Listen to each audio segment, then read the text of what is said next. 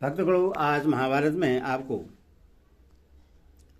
इंद्रधर्म और युधिष्ठिर को संतावना देना और युधिष्ठिर का शरीर त्याग कर दिव्य लोक को जाना, यह कथा आपको सुनाऊंगा। भक्तगणों, आप इस चैनल को लाइक सब्सक्राइब जरूर करें। बेसवान जी कहते हैं, जन्मेजय धर्मराज युधिष्ठिर को उस स्थान पर खड़े हुए एक मुहूर्त भी नहीं बीतने पाया था कि इंद्र आदि संपूर्ण देवता वहां आ पहुंचे। साक्षात धर्म भी शरीर धारण करके राजा से मिलने के लिए आए। उन 23 देवताओं के आते ही वहां का सारा अंधकार दूर हो गया। पापियों की यातना का वह दृश्य कहीं नहीं दिखाई देता था। फिर शीतल मंद सुगंध वायु चलने लगी। इंद्र सहित मरुदगण, वसु, अश्विनी कुमार, साध्य, रुद्र, आदित्य तथा अन्यायन स्वर्गवासी देवता, सिद्धों और महर्षियों के साथ महातेजी युधिष्ठिर के पास एकत्र हुए। उस समय इंद्र ने युधिष्ठिर को संतावना देते हुए कहा, महाभाव, अब तक जो हुआ सो हुआ। अब इससे अधिक कष्ट उठाने की आवश्यकता नहीं है। आओ हमारे साथ चलो। तुम्हें बहुत बड़ी सिद्धि मिली है, साथ ही अक्ष लोगों की प्राप्ति भी हुई है। तुम्हें जो नरक देखना पड़ा है, इसके लिए क्रोध न करना। मनुष्य अपने जीवन में शुभ और अशुभ दो प्रकार के कर्मों की राशि संचित करता है। जो पहले शुभ कर्मों का फल भोगता है, उससे पीछे से नरक भोगना पड़ता है, और जो पहले ही नरक का कष्ट भोग लेता है, पीछे स्वर्ग सुख का अनुभव करता है। जिसके पाप कर्म अधिक और पुण्य हरिओम पुण्य थोड़े होते हैं, वह पहले स्वर्ग का सुख भोगता है, तथा जो पुण्य अधिक और पाप कम किए जाते हैं, वह पहले नरक भोगकर पीछे स्वर्ग में आनंद भोगता है। इसी नियम के अनुसार तुम्हारी भलाई सोचकर पहले मैंने तुम्हें नरक का दर्शन कराया है। तुमने अश्वत्थामा के मरने की बात कहकर छल से द्रोणाचार्य को उनके पुत्र की मृत्यु का विश्वास दिलाया था। इसीलिए तुम्हें भी छल से ही नरक दिखलाया गया है। तुम्हारे पक्ष के जितने राजा युद्ध में मारे गए हैं, वे सभी स्वर्ग लोक में पहुंचे हुए हैं। महान धनुधर तथा शस्त्रधारियों में श्रेष्ठ कर्ण भी, जिनके लिए तुम सदा दुखी रहते हो, उत्तम सिद्धि को प्राप्त हुए हैं। तुम्हारे दूसरे भाई तथा पांडव पक्ष के अन्य राजा भी अपने अपने योग्य स्थान को प्राप्त हुए हैं। उन सब को चलकर देखो और अपनी मानसिक चिंता का त्याग कर मेरे साथ स्वर्ग में विहार करो।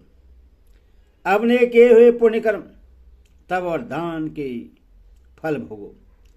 राज यज्ञ द्वारा जीते हुए स्मृतिशाली लोगों को स्वीकार करो और अपनी तपस्या का महान फल भोगो।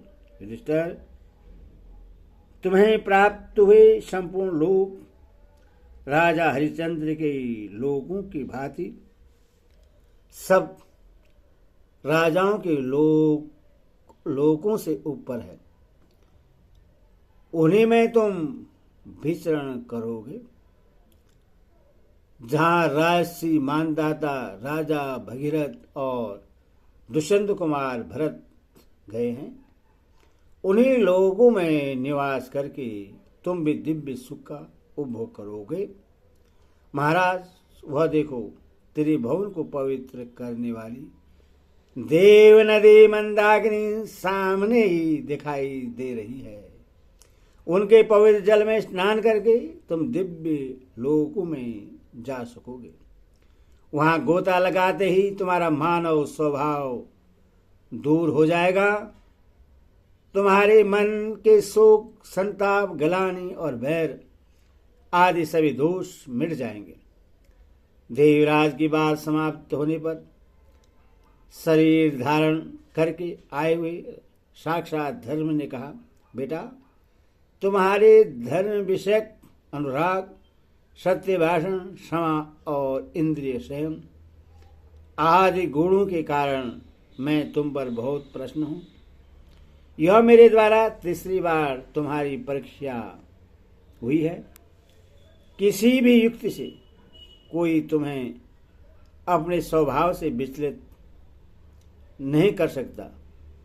दैत्यवन में अरण्यकाष्ठ का अपहरण करने के पश्चात जब यक्ष के रूप में मैंने तुमसे कई प्रश्न किए थे, वह तुम्हारी पहली परीक्षा थी। इसमें तुम भली भांति उत्तीर्ण हो गए, उसमें तुम भली भांति उत्तीर्ण हो गए। फिर द्रौपदी सहित तुम्हारे सब भाइयों की मृत्यु हो जाने पर कुत्ते का रूप धारण करके मैंने दूसरी बार तुम्हारी परीक्षा ली थी। उसमें भी तुम्हें सफलता मिली। यह तुम्हारी परीक्षा का तीसरा अवसर था, किंतु इस बार भी तुम अपने सुख की परवाह न करके भाइयों के हित के लिए नरक में रहना चाहते थे। अतः तुम हर तरह से शुद्ध प्रमाणित हुए। तुम में पाप का नाम भी नहीं है, इसलिए स्वर्ग का सुख भोगो।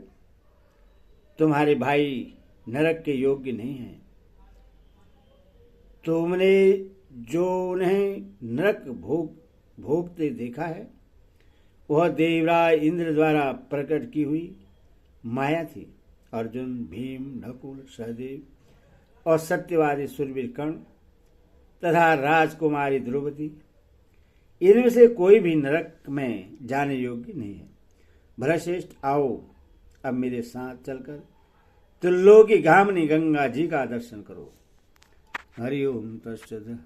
करो जन्मेजय, धर्म के योग कहने पर तुम्हारी पूर्व पितामह राशि युधिष्ठिर ने धर्म तथा समस्त स्वर्गवासी देवताओं के साथ जाकर मुनि जनवंदित परम पावन देव नदी गंगा जी में स्नान किया।